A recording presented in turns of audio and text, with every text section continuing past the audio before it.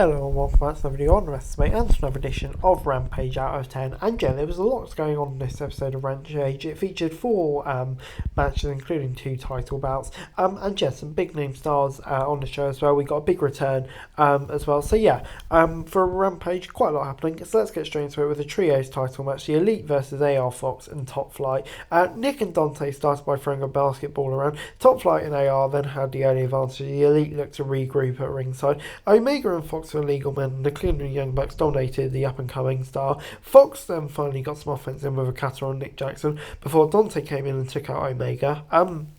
The challengers got some momentum in this stage of the match, and AR Fox hit a 450 splash on Matt for a 2 count. The Elite then stomped their onslaught with Nick Jackson hitting a double swanton bomb on Top Flight.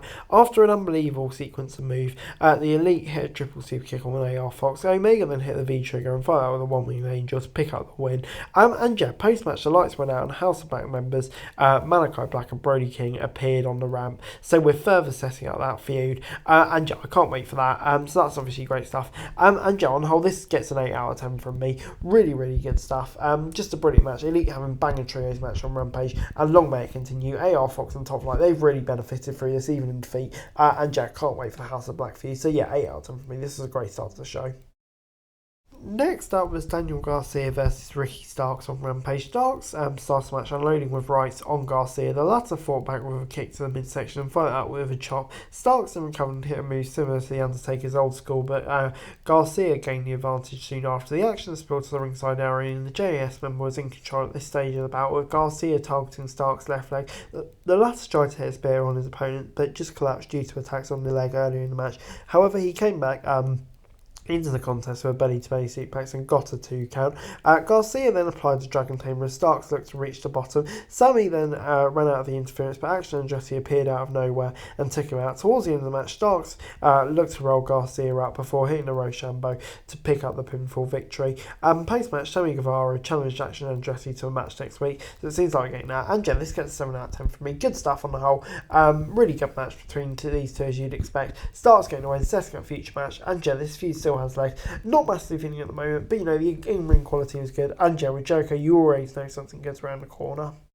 Jade Cargill then defended the TBS title against Vert Vixen, and she shoved her into the corner and slammed her across the ring. Cargill did push-ups in the middle of the ring, knocking her opponent, hitting a pump kick and retaining with Jaded. And yeah, this gets a 5 out of 10 from me. I'm pretty sure we've already seen Jade Cargill face Vert Vixen before. And yeah, I mean, like, it just feels like the time where she should be booked into a proper storyline rather than just having these squash matches every week. Feels like she's ready for it. And yeah, I kind of just want to do a bit more of the TNT bout now. So yeah, unfortunately, gets a 5 out of 10 from me. Moving on into the main event time, Dustin Rhodes versus Swerve Strickland. Parker Boudreaux charged at Dustin on the ramp, but the veteran took him out. He then brawled with Swerve at the ringside area and natural unloaded with 10 punches on the top turnbuckle. The latter retaliated with a cheat shot. After a back and forth, Rhodes hit a release German suplex before Swerve got the advantage in a pump kick at ringside. He then hit a drop kick on Dustin Rhodes that slammed the latter's head onto the guardrail. Rhodes was busted open at this stage. Strickland was in control and got a 2 count on a completely bloody Dustin Rhodes. He kicked the veteran to keep him down and choked him.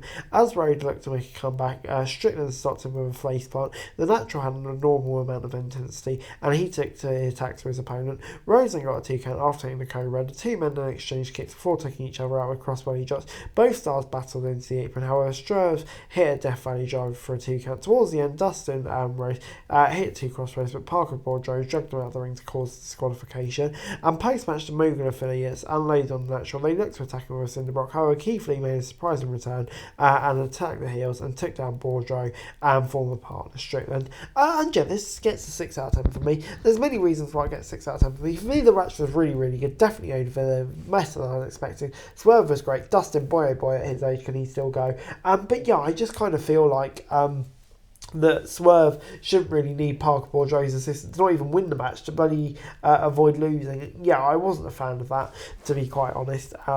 Yeah, I thought Swerve should have won cleanly here, and it didn't do him a lot of favour, but great to see Keith Lee back, and Joe, it was a really, really good match. So yeah, positives and negatives to this main event segment.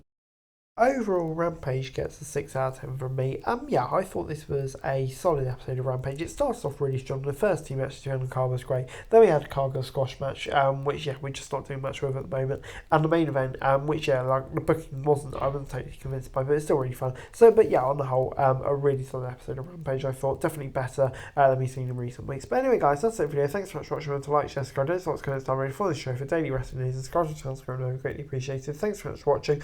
Peace.